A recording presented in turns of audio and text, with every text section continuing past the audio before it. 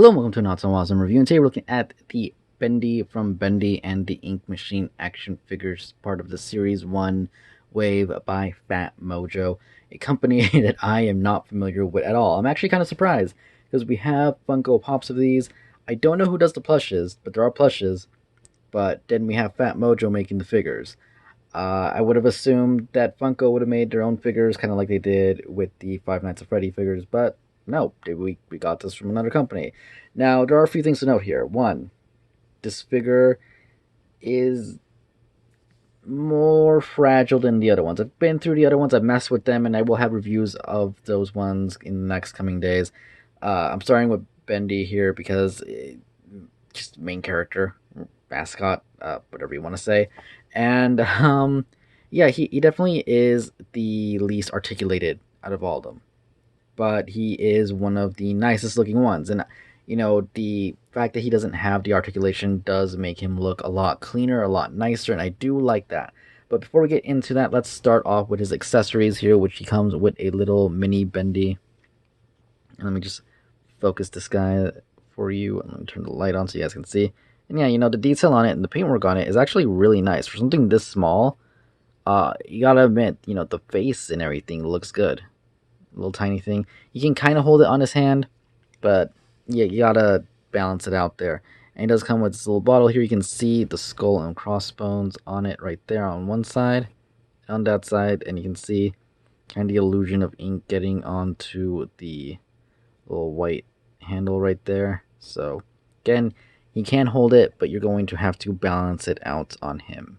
Now, aesthetically, the guy looks amazing. The paint job on his face is really well done. The mouth is clean. The eyes are really clean. The only other paint on him are on his little gloves right here. So, aesthetically, looks really good. Not much to say about the back of it. You can see kind of like just the trademark stuff on the bottom, some numbers. So, that's about that. He does have a little bit of a shiny piece on mine, right on his face right there. That's going to vary figure from figure, so, just be on the lookout for imperfections on yours when you pick one up. And, yeah, let's get down to the articulation here, which isn't much. He's, like I said, the least articulated of the four figures from this Series 1. So his head can turn left and right, as you can see. No really up and down movement. I mean, you can feel it move, but I think that's just because the joint is just a little bit loose, a little bit give, but there is no up and down. His arm can move up really nice, as you can see. Can rotate all the way around, and his glove can rotate, though it is a little bit hard. Now his, like I said, arm is a little loose. He isn't the best out of them. You can feel it when it gets like stiff, but then it gets loose again. Then right there, it's like another sweet spot. You can feel it like where it's going to, where there's friction, is what I'm trying to say here. You can feel where the friction is. It's going to keep the arm up.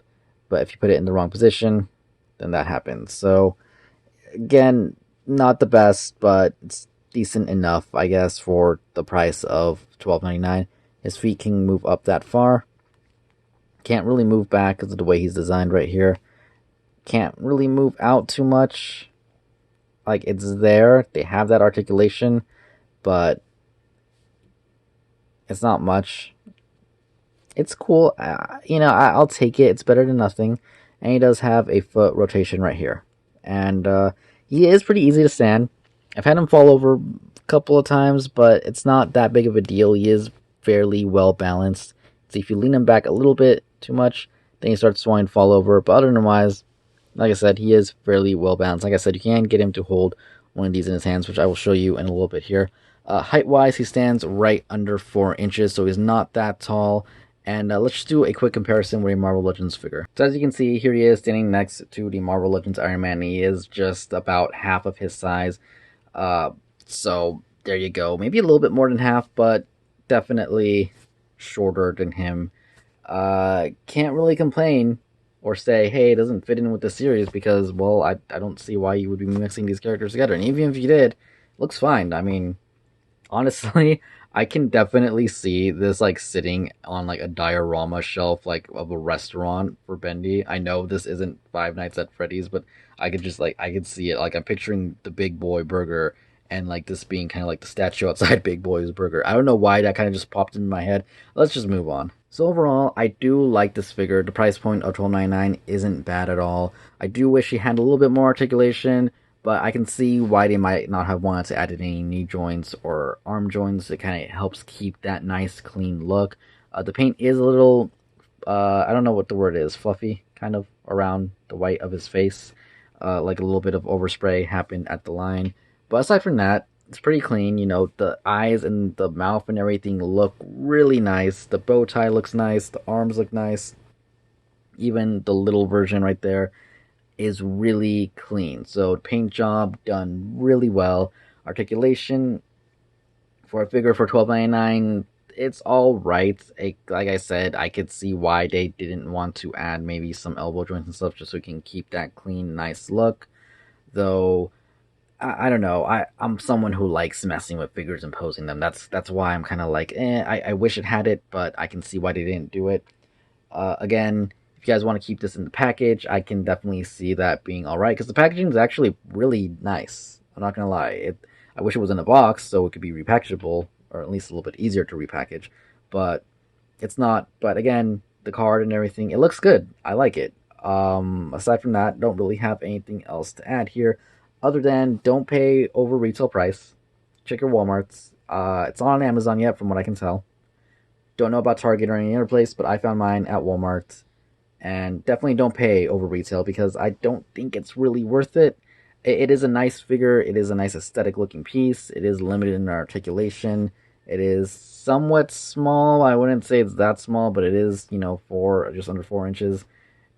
And it's cool. It's a nice little collector's piece. If you want to use it as an action figure, go ahead. Just be a little bit careful with those arm joints. And that's really all I have to say here. If you guys want to check out the reviews for the other three in the wave, they will be up within the next 3 days. They'll be coming up one by one. You can see size comparisons between these and basically all of them as we go. And yeah, anyways, thank you for watching. Hope you guys enjoyed the video. Comment, subscribe, and all that cool stuff. And I'll see you guys later. Goodbye.